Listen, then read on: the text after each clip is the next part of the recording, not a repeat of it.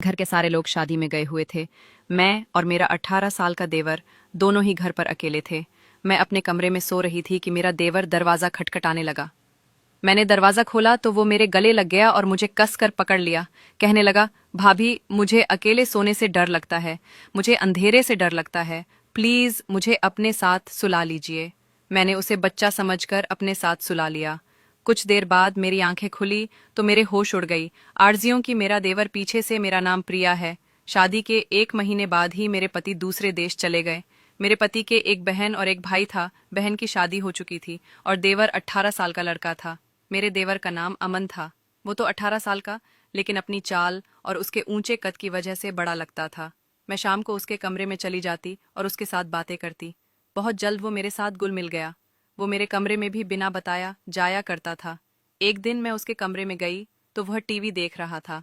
मुझे देखकर उसने फौरन ही चैनल बदल दिया और थोड़ा सा घबरा गया।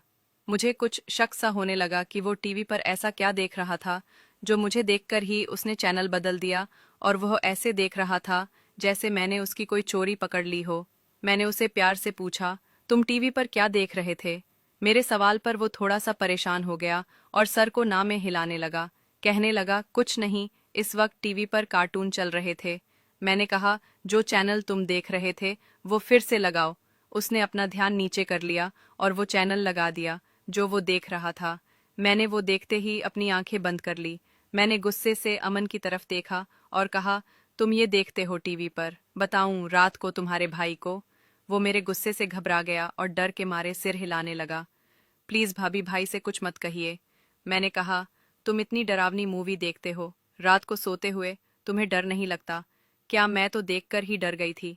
उसने तुरंत ही मुझसे माफी मांगी और कहने लगा कि आज के बाद वो नहीं देखेगा, जिस पर मैं मुस्कुराने लगी।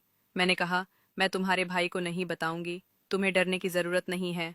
क्योंकि मेरी ननद की शादी हो चुकी थी, इसलिए मैं मन पर ज्यादा ध्यान देती थी। उसकी पसंद का खाना भी बना देती, उसके छोटे मोटे काम भी कर देती, कभी कभी उसके साथ कोई गेम भी खेल लेती थी ताकि वह अकेलापन महसूस ना करे। कैसे गुस्से से मैंने उसे खुद से दूर किया था। वो अपने क्वालिफाइजान में जाकर मेरे बारे में क्या सोचता होगा कि मैं कैसी बदतमीज हूं। मैंने उसके प्यार का जवाब यूं गुस्से से दिया, ना जाने क्या से, लेकिन मुझे खुद से शर्मिंदगी महसूस होने लगी। इसलिए मोमन के साथ पहले जैसे ही व्यवहार करने लगी। अब वो पूरा दिन मेरे साथ ही गुजारता। मुझे ना जाने क्यों उसका यूं करीब आना बेचैन कर देता था।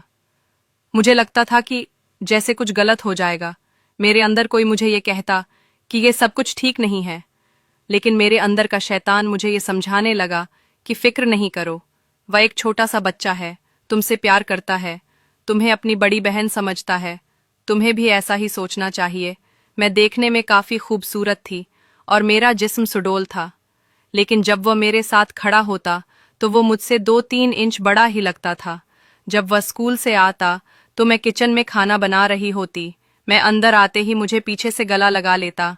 मैं उसे डांट कर कहती, नजर नहीं आ रहा मैं खाना बना रही हूँ, पीछे हट जाओ। जिस पर वो मुझसे कहता, आप हर वक्त काम में लगी रहती हैं, कभी तो आराम कर लिया करें।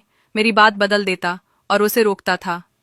इसलिए मैं उसकी ऐसी हरकतों पर नाराज होने की बजाय हंस देती थी और उससे कहती कि जब तुम शादी करके अपनी पत्नी को लाओगे तो फिर मेरी छुट्टी करवा देना, उसे सारे काम करवाना।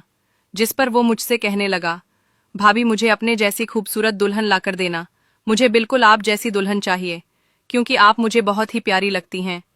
यह कहते हुए वो मेरी आंखों में बड़े घोर से देख रहा था और धीरे धीरे मेरी तरफ कदम बढ़ा रहा था।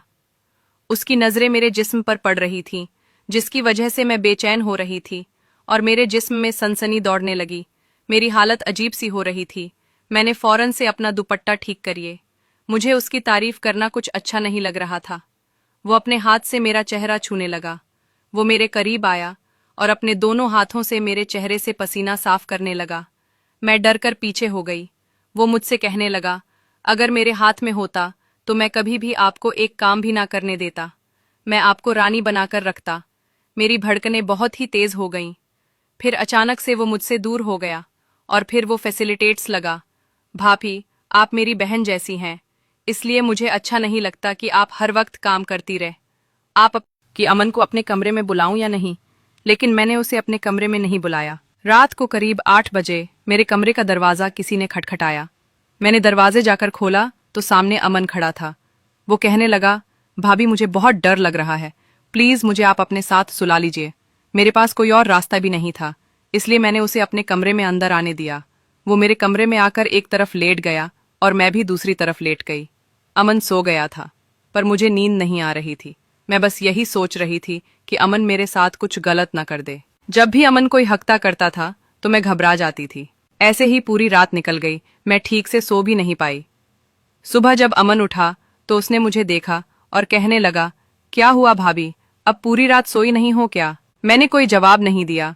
अमन बोला, मैं आपकी हालत समझ सकता हूँ भाभी, लेकिन मैं उस तरह का लड़का नहीं हूँ जो अपनी भाभी के साथ गलत करे। मैं आपको हमेशा ही अपनी बड़ी बहन ही मानता हूँ। मैं आपके साथ हमेशा मजाक किया करता था क्योंकि मैं घर पर ही अकेला रहता हूँ। एक आप ही थी जिसके साथ मैं अच्छे से बात कर पाता था और अपनी बातें बताया करता था, लेकिन आप तो कुछ गलत ही सोच रही थी। उसकी बातें सुनकर मुझे एहसास हुआ कि मैं किसी के नी फीस कितनी गलत थी। मुझे खुद पर शर्मा रही थी। उसने तो कभी मुझे गलत नज़र से देखा ही नहीं था और मैं ही थी जो उसे बार बार गलत नज़र से देखे जा रही थी। मैंने अमन से कहा, मुझे माफ़ कर दो अमन, मैंने हमेशा तुम्हें गलत सम नज़र से देखा है, लेकिन तुम तो सच में बहुत ही अच्छे इंसान हो। अब से मैं तुम पर कभी शक नहीं करूंगी। अमन बोला, ठीक है भाभी, अब मुझे भूख लग रही है तो प्लीज़ जल्दी से जाइए और कुछ नाश्ता बना दीजिए। ये बोलकर अमन हंसने लगा। फिर मैं भी किचन में जाकर नाश्ता बनाने लगी। उसके बाद मैंने अमन को कभी गलत नज़र से नहीं देखा और ना ही उस पर कभी शक किया। हेलो दोस्तों, ये थी हमारी छोटी सी शॉर्ट स्टोरी। अगर आपको अच्छी लगी तो प्लीज़ लाइक करें और चैनल को सब्सक्राइब करें और कमेंट बॉक्स में बताएं कि आपको कैसी लगी। मिलते हैं कल आपसे एक और नई कहानी में। तब तक के लिए धन्यवाद।